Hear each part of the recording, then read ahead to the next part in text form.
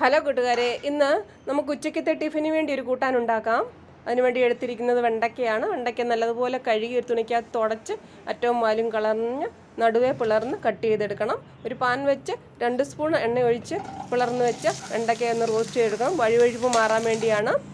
ബാക്കിയൊന്ന് എണ്ണയിൽ കടുക്, ജീരകം, വെളുത്തുള്ളി, ഉള്ളി, പച്ചമുളക്, ടമാറ്റർ ഇട്ട് വഴന്ന് കഴിയുമ്പോൾ മല്ലിപ്പൊടി, ഗരം മസാലപ്പൊടി, മുളക് പൊടി ഇട്ട് നല്ലപോലെ റോസ്റ്റ് ചെയ്തതിന് ശേഷം ആവശ്യത്തിന് വെള്ളം ഒഴിച്ച് കൊടുക്കണം. പിന്നെ മഞ്ഞൾപ്പൊടി, ഉപ്പും ഇട്ട് തിളച്ച് കഴിയുമ്പോൾ വറുത്ത് വെച്ചിരുന്ന വെണ്ടയ്ക്ക എന്നതിലിട്ട് ഇളക്കി കൊടുക്കണം. എന്നിട്ട് 1 മിനിറ്റ് ഒന്ന് അടച്ചു കൊടുന്ന് തുറന്നതിന് ശേഷം 1 സ്പൂണ് തേങ്ങയുടെ പൗഡറിൻ്റെ പൊടി എടുത്തിട്ട് ഇളം ചൂടുവെള്ളത്തിൽ കലക്കി ഇതിനകത്ത് ഒഴിച്ച് കൊടുക്കണം. തിളപ്പിക്കരുത്. ഏറ്റവും ലാസ്റ്റിൽ നമുക്ക് മല്ലിയില ഇട്ട് കൊടുക്കാം. അപ്പം നമ്മുടെ ഉച്ചയ്ക്കത്തേക്ക് റൊട്ടിക്കുള്ള ടിഫിനുള്ള കൂട്ടാനിട്ട് റെഡിയായി. എല്ലാവരും ട്രൈ ചെയ്യണം കേട്ടോ. ഇഷ്ടമായ ലൈക്ക്, സബ്സ്ക്രൈബ് ചെയ്യണേ. ബൈ.